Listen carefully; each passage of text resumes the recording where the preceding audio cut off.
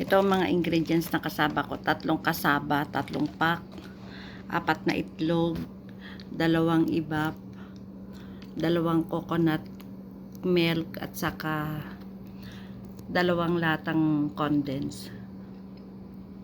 Itong malaki, yung kalahati lang dyan gagawin kong toppings. Kaya 2 yung coconut cream kasi gagawin kong topping. Tapos kalahati nung condense. Bali 1 latang condense.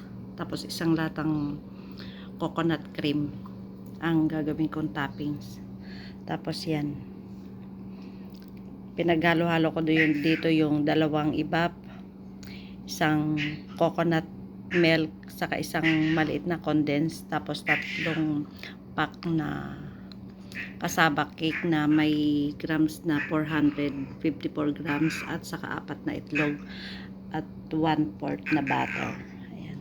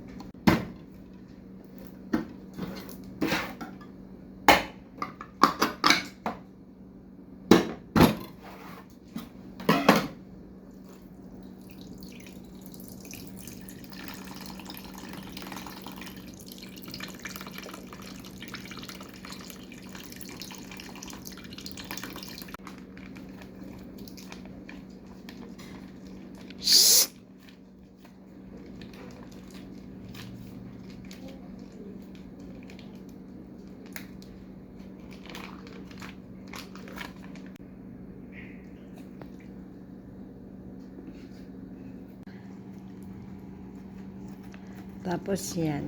Mimix nyo lang mabuti. Kailangan mix nyo mabuti para mag-combine yung mga ingredients na nilagay natin.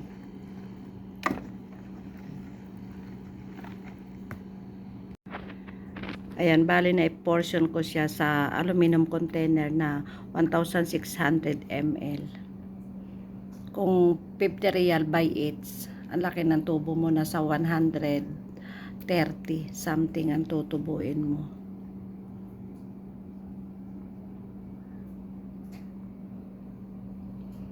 Kaya kung gusto niyo mag-business ng kasaba cake, ayan. Pero ito kasi pangkain lang namin, may nagpaluto, tapos ibabalik niya yung gastos, tapos yun, hahatian ko na lang siya siyempre kasi kakain din ako. Ayan.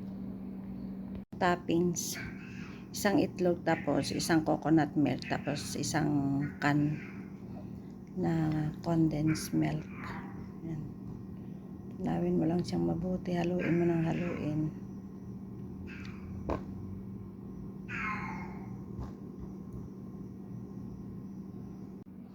Tapos yan.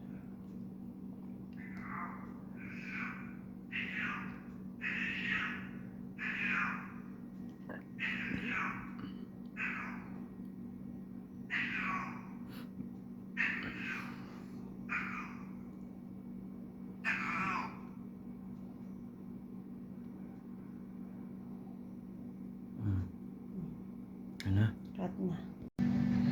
Ayan na yung aking finished product ng kasaba. Medyo may sunog-sunog siya kasi yung toppings niya.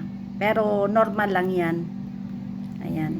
Kailangan ganyan yung maging itsura niya kapag nilagyan nyo siya ng toppings. Ayan.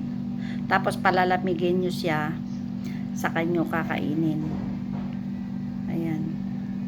Bali sinalang ko lang siya doon sa oven na yon. Ayan yung maliit na oven ko yan. Diyan ko lang siya sinalang.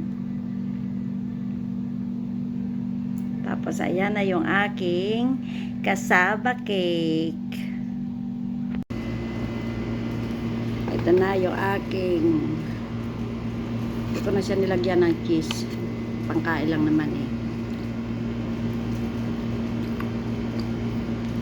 Sarap.